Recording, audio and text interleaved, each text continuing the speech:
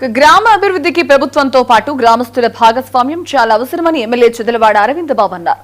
పల్నాడు జిల్లా నరసరావుపేట మండలం కేసానుపల్లిలో 9 లక్షల విలువైన చెత్త సేకరణ వాహనాన్ని ఎమ్మెల్యే అరవింద్ బాబు ప్రారంభించారు.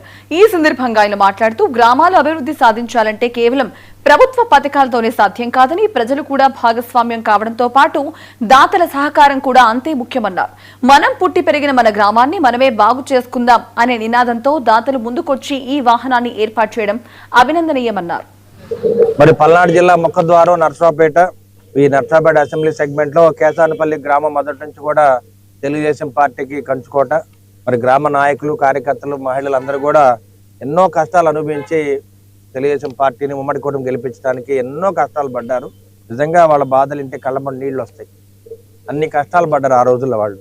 ఇటువంటి కార్యక్రమాల్లో అందరూ కూడా సంక్షేమ కార్యక్రమాలే కాదు, అభివృద్ధి కార్యక్రమాలు కూడా ముందుకు తీసుకెళ్ళడానికి మరి గ్రామ నాయకులు ముందుకు రావడం జరిగింది. ఇటువంటి కార్యక్రమంలో ప్రభుత్వం మీద ఆధారపడకుండా గ్రామంలో ఉన్న మరి చెత్త చెదారాన్ని, తడి చెత్త, పొడి చెత్తని ఎత్తివేయడానికి గ్రామ పంచాయతీ తరఫున మరి ఒక ట్రాక్టరు, మరి ట్రక్కు 2 కొనడం జరిగింది. Hydraulic truck.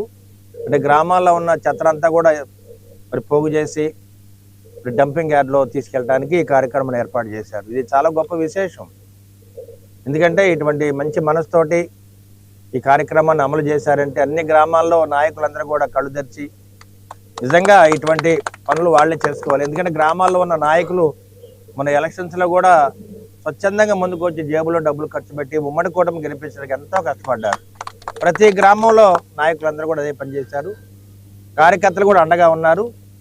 వీటన్నిటికంటే కూడా కేసానపల్లి గ్రామాల్లో ఎన్నో ఇబ్బందులు పడ్డారు. నిజంగా చెప్పాలంటే ఇటువంటి పరిస్థితుల్లో మరి ట్రాక్టర్ ఇంజన్ కానీ, ట్రక్ కానీ, ఈ చెత్త వేసే ట్రక్కును కొనడం జరిగింది. దాదాపు 8.5 లక్షలు పెట్టి కొనడం జరిగింది.